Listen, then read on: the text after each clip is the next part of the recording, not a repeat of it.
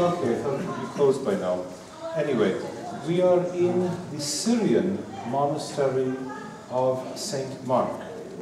You have been here before? No.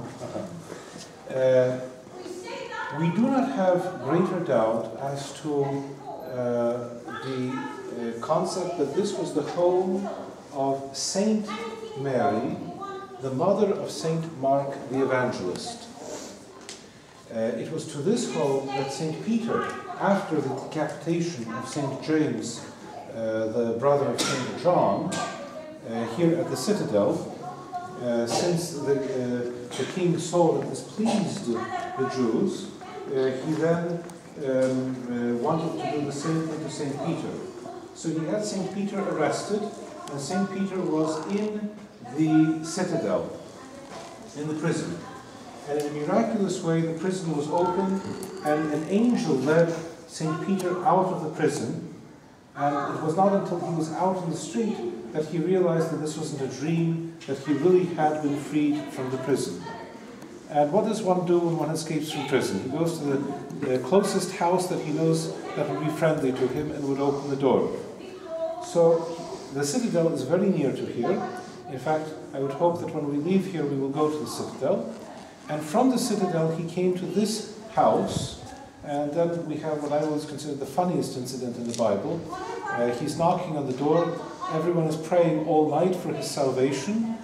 So a woman goes, she looks out to see who is on the outside. She sees that it's St. Peter. She's very happy, so she locks the opening and leaves him standing there in the street because she's happy that he's free. And she goes into the congregation in this house. We're speaking about this house. Into the congregation which is gathered in this house, and tells them that St. Peter is free. How do you know? Well, he's in the street standing outside the door. So they went out, they let him into the house. So this would take place here. That does not bear controversy. After the house was later made into a church by the apostles, later it was destroyed and rebuilt. And in the rebuilding, they put in a dedication stone. And the dedication stone is here on this wall, so that I hope that they will permit us to enter in. We won't make much of a ruckus, but as we're walking by there, we do want to take note of that stone. And the stone is an inscription. It says that the house was rebuilt after it had originally been destroyed, the original having been dedicated to Mary, the mother of Jesus, by the apostles. And that this was the house of Saint Mary, the mother of Saint Mark the Evangelist. Now, whereas that is not controversial, the next factor is controversial, namely the suggestion, and this is a suggestion based on the Apocrypha, so there's some overlap in here, that Saint Mark was the boy who was carrying a jug on his head on Holy Thursday, and Jesus tells the apostles to follow a man with a jug on his head, which a man would not normally do, and into the house, and to tell the proprietor of the house, where is a large room where I and my disciples could eat the Passover Seder supper. And they follow Mark into this house. The owner of the house is his mother. She's a widow. Mark is her son. And this was the first encounter with the apostles. Jesus eats the Last Supper. After the Last Supper, he leaves this house and goes to Gethsemane, and Mark goes with them. According to one of the Apocrypha, then Jesus takes Mark alone with him and teaches him the secret of the letters, of the Hebrew letters. So this is something which is referred to in several different sources, the secret of the Hebrew letters in the ancient sources. Be that as it may, that Jesus teaches him the secret of the letters, and then Mark becomes the young man who runs off naked because he was sleeping and he had only a blanket on him, and he left the blanket and ran off naked so that the soldiers would not catch him. And so, if that is the case, then this would be another of the possibilities of the place of the Last Supper. Under the church they do have a room. If they permit us, then I hope that we will be able to go down and take a look at it. I'm afraid that the room doesn't show us very much, but nonetheless it is purported, at least by the congregation here, as being the upper room. Now I will see if you see that.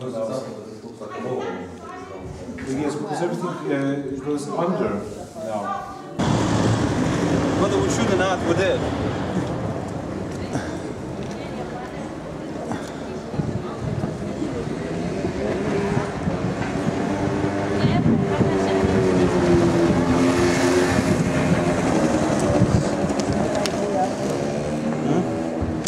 Have you ever been inside, Father? No. I recommend it. It's a little bit on the expensive side, but it shows the entire history of the city of Jerusalem, and it loves models. So it does show it in every different period across the way. Excuse me, is it true that it shows all the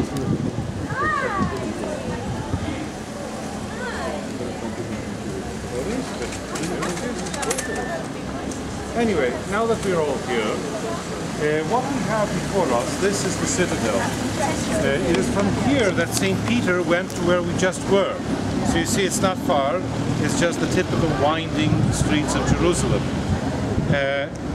In this Citadel, first of all, the Citadel was built, or the lower parts, the upper parts were built later, but the lower parts are from the time of King Herod the Great. It was built within that period of 50 BC and 7 BC. It was used as the residence of King Herod Antipas here in Jerusalem. In the framework of that, Jesus on Good Friday was tried here by King Herod Antipas. Pontius Pilate sent Jesus here to King Herod Antipas. King Herod Antipas, after having tried Jesus, was disappointed but didn't want to make a verdict. He sent him back to Pontius Pilate and left it to Pontius Pilate to finally make the death sentence. After that, this was the place where King Herod arrested St. James, the son of Zebedee, the brother of St. John the Evangelist, and cut his head off. And later, seeing that this pleased the Jews, he wanted to do the same thing to St. Peter. He had St. Peter arrested, and in the middle of the night, an angel led St. Peter out of this fortress. We don't see very well, but as you look here, there's actually a moat which surrounded this as a fortress, or be surrounded by a moat. Then we have these military battlements, and finally we have 4 great towers on the uneven, it's not an even square, it's a somewhat oblong structure, but on the ends of each of these there is a tower, which again would be used for defense purposes, and inside the king would hopefully be safe. There is a courtyard. Presumably this trial of Jesus was in that courtyard. Over and above that, just beyond the Citadel, we have the Jaffa Gate, which is a play on words, whereas in Hebrew, Yofi would be beautiful. So that if we were to literally treat the word, we would say the beautiful gate. Otherwise, it is the gate of the city of Jaffa, or as its biblical name was, Yopi. That in essence is this information. If we were to move a little bit farther down, we will point out the Imperial Hotel.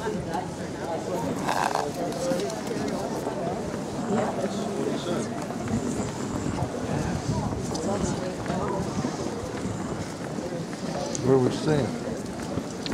Where we're staying? No, we're not Sister at... hotel, right? We're staying at the Ritz Hotel. The sister's at the sister. What is Imperial?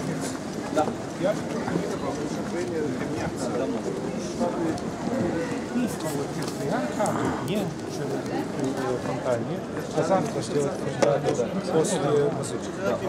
Good. From this distance, we see that grand building there. That is today the Imperial Hotel.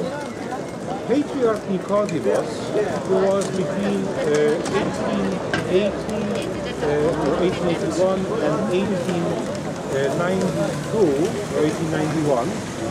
Sorry, I don't remember the dates offhand so exactly. Patriarch Nicodemus had an idea that he wanted to move the patriarchate out of the patriarchate. His residence, his official reception rooms, and the patriarchal chancellery to be outside the monastery of Saints Constantine and Helena, which has always been the patriarchate.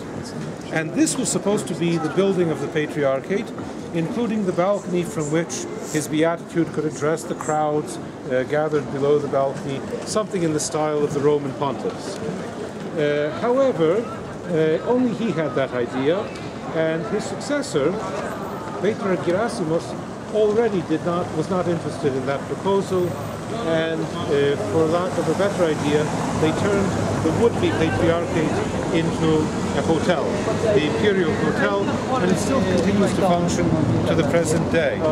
It made history 6 years ago when Patriarch Irenaeus sold this to an ultra-Orthodox Jewish organization, along with a building which is behind it, the Gloria Hotel, which also belongs to the Patriarchate.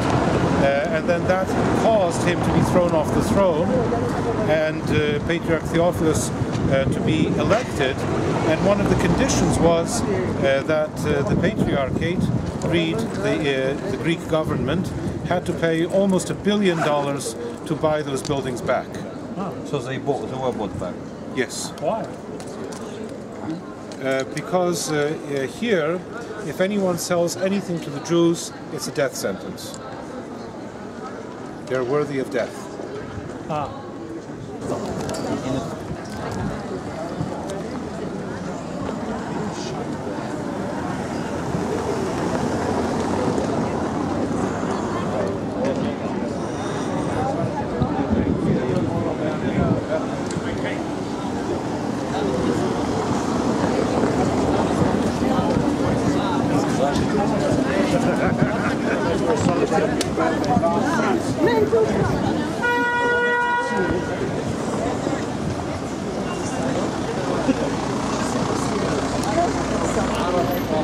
I didn't hear that about the Alex, Australia.